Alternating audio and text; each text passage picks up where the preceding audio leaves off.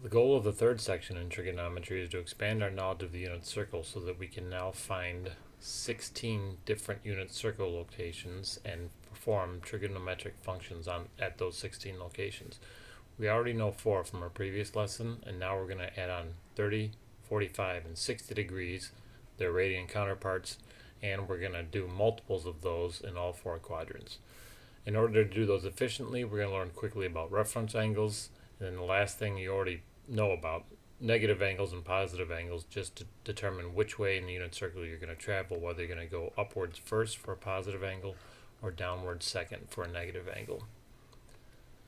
So the first topic is a reference angle, and a reference angle just means how can you get back to the x-axis quickly. If I give you a 35-degree angle, the fastest way of getting back to the x-axis is to go in this direction 45 degrees. If I gave you an angle in radians like 5 pi over 3, that puts you in the 4th quadrant, and the fastest way of getting back to the x-angle is pi over 3.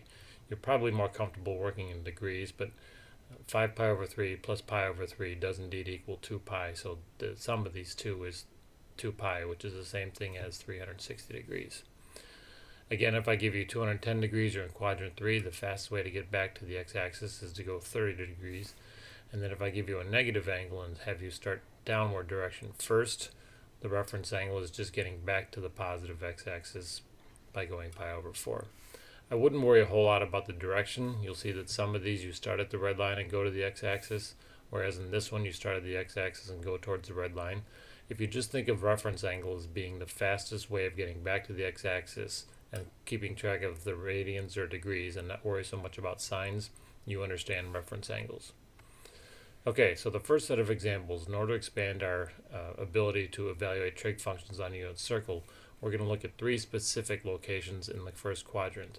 If this is a 30-degree angle, and if this is a 45-degree angle, and if the last one is a 60-degree angle, we can use some of our properties that we learned in right triangle trigonometry and geometry to figure out the ordered pairs for these 3 locations. So the first thing we're going to do is look at a 30, 60, 90 triangle. If I sketch a 30, 60, 90 triangle off to the side here, make that a right angle, 30 degrees here, 60 degrees here. In this right triangle, the hypotenuse is on a unit circle, so that means the hypotenuse is 1. And the geometric pattern that hopefully you remember is 30, 60, 90 has sides in the pattern side, side root 3, and 2 side.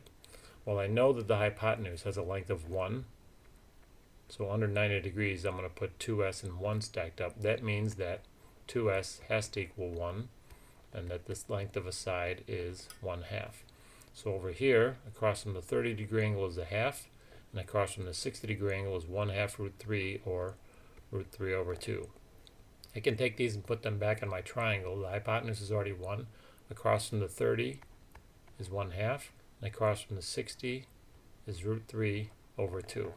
Moving those on to my big diagram here, what I have for a 30-degree angle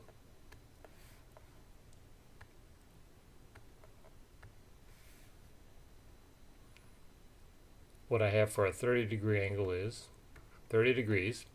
Converted into radians, that's pi over 6, and you would just take 30 degrees multiplied by pi over 180 and wind up with pi over 6. The ordered pair is the long side is root 3 over 2. The short side, or the y-coordinate, or going up, is 1/2. Now I can evaluate trig functions at this point. For example, if I ask for the cosine of 30 degrees or the cosine of pi over 6, I know that it is exactly root 3 over 2. If I ask for the sine, it would be 1/2, etc., etc. We'll do the exact same process for a 45-degree angle. For the 45-degree angle, my triangle has 2 sides of the same length, because the triangle is isosceles. Again, the hypotenuse is 1. If I look at my 45, 45, 90 triangle here, the hypotenuse is 1. And the pattern for a 45, 45, 90 triangle is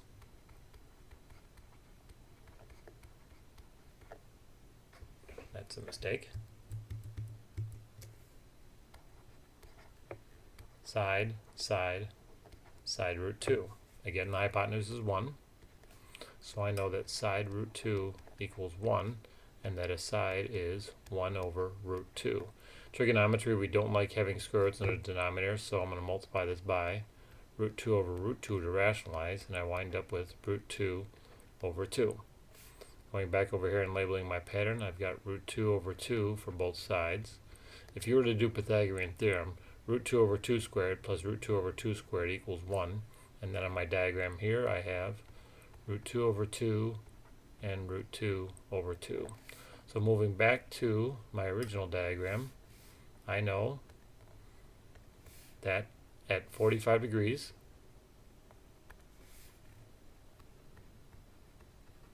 converted into radians, that would be pi over 4. This ordered pair right here has both x and y coordinates of root 2 over 2.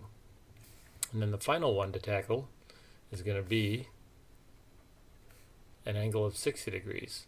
Well, because of symmetry, the lengths of the sides for the 60 degree triangle are going to be the same as the sides of a 30 degree triangle, just flip-flopped.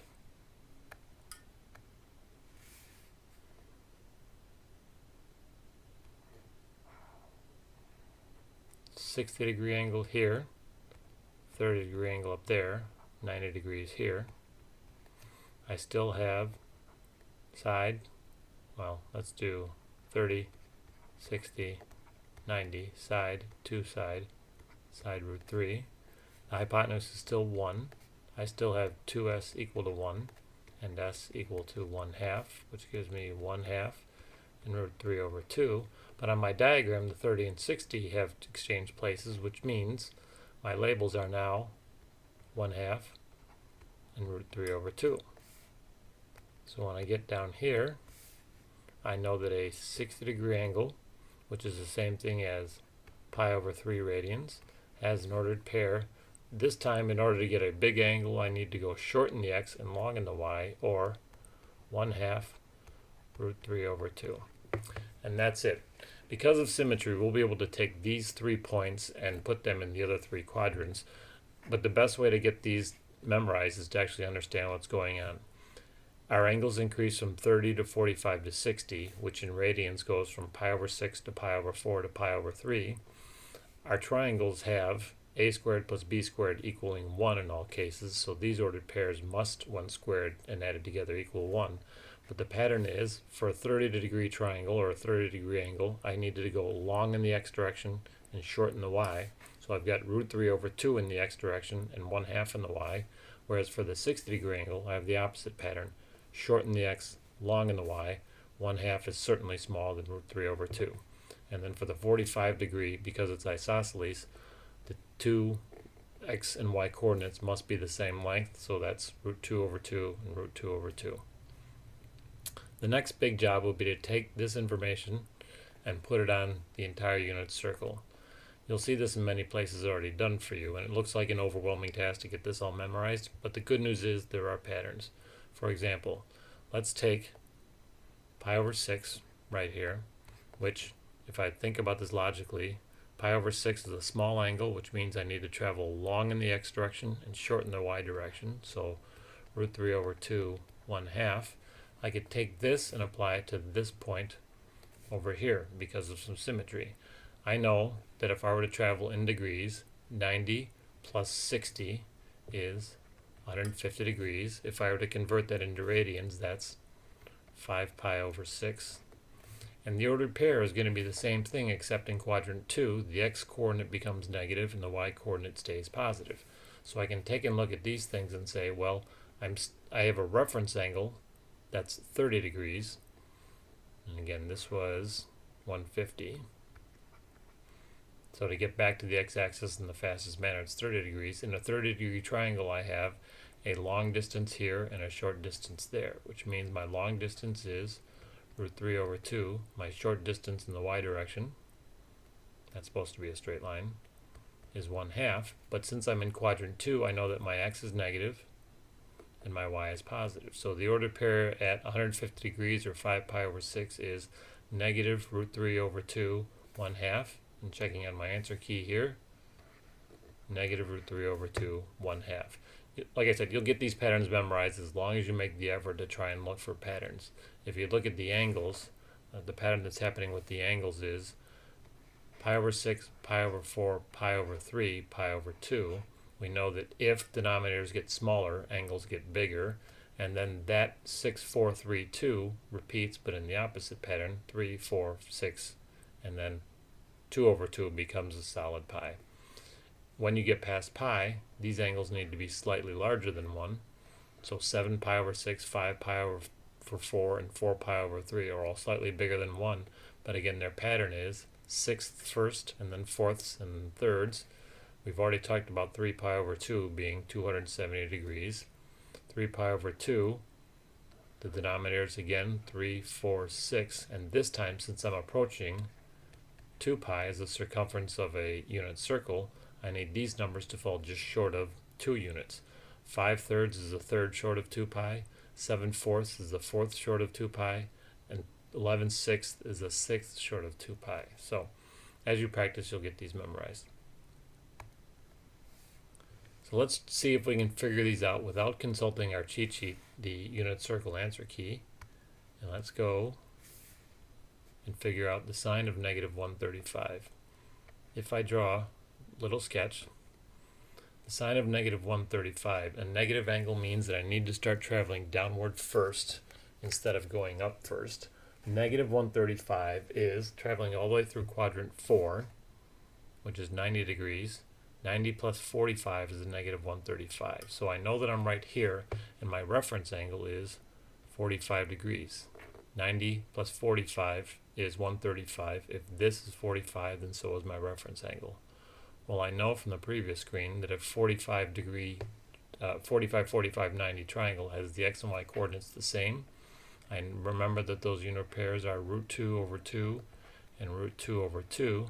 Now I just got to figure out whether or not these should be positive or negative. Since I'm going negative x and negative y in quadrant 3, they're both negative, and I can answer the question. The sine of 135 means I need the y coordinate, which is this. So the sine of negative 135 degrees is negative root 2 over 2. Cotangent 120, again, a little sketch helps. 90 plus 30 is 120, so I know that I'm in quadrant 2. The reference angle, in order to get back to the x-axis, is 60 degrees. If I have a 60 degree angle, I know that I'm going to go short in the x and long in the y. Short in the x means a half, long in the y means root 3 over 2. I know that my ordered pair for that point is negative 1/2 root 3 over 2. Cotangent of any angle is defined as x over y. So if I need the cotangent of 120, I need to find negative 1/2 divided by root 3 over 2, x divided by y. Negative 1/2 times 2 over root 3. 2's cancel, and I'm left with negative 1 over root 3. Not quite good enough, needs to be rationalized, so I'm going to go root 3 over root 3, and I get negative root 3 over 3. So that's the cotangent of 120 degrees, and you can check all these on a calculator as you do them. Sine of negative pi over 6, my sketch. I remember that the 6's are close to the x-axis, so I'm just going to go a little bit below the x-axis, but in the negative direction. So if I go a little bit, I'm going to exaggerate it. This negative pi over 6 angle means I'm going to go long in the x and short in the y. Long in the x means root 3 over 2. Short in the y means 1/2. My ordered pair is root 3 over 2, negative 1/2. Sine is the y coordinate, so all I care about is that part of the ordered pair. Sine negative pi over 6 is negative 1/2. And then the last example, the cosecant of 7 pi over 4. My sketch tells me that 7 pi over 4, well, that's bigger than 1. That's 1 3/4 pi. So 7 pi over 4 is going to put me all the way in quadrant 4. You'll learn that 4's in the denominators always mean 45 degree angles. So my reference angle is 45. And I have a right triangle with the x and y coordinates exactly the same. My reference was 45. If they're both the same, I know I'm going to go root 2 over 2 in the positive x, and then negative root 2 over 2 in the y, because I'm in quadrant 4. X's are positives and y's are negatives. Cosecant is defined as 1 over the sine. Cosecant of theta is 1 over the sine of an angle.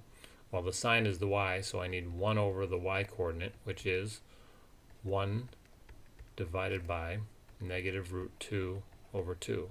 Flip the second fraction, 1 times negative 2 over root 2. That's not good, I need to rationalize, so I'm going to go times root 2 over root 2. And I get, as a final answer, negative 2 root 2 over 2. The 2's cancel, and I get negative root 2. So there. 4 examples that we all evaluated without a calculator because you were given angles that somehow involved reference angles of 45 degrees, 60 degrees, or 30 degrees. So that's it. It didn't look like learning a lot based on the objectives, but because there is a very large unit circle with a lot of ordered pairs, and again, you're going to have to know all these by heart and do them without a calculator, but if you look for patterns, you will understand how the ordered pairs work on the unit circle, and if you look for patterns with the angles, you'll be able to figure out where the angles and radians are on a unit circle as well.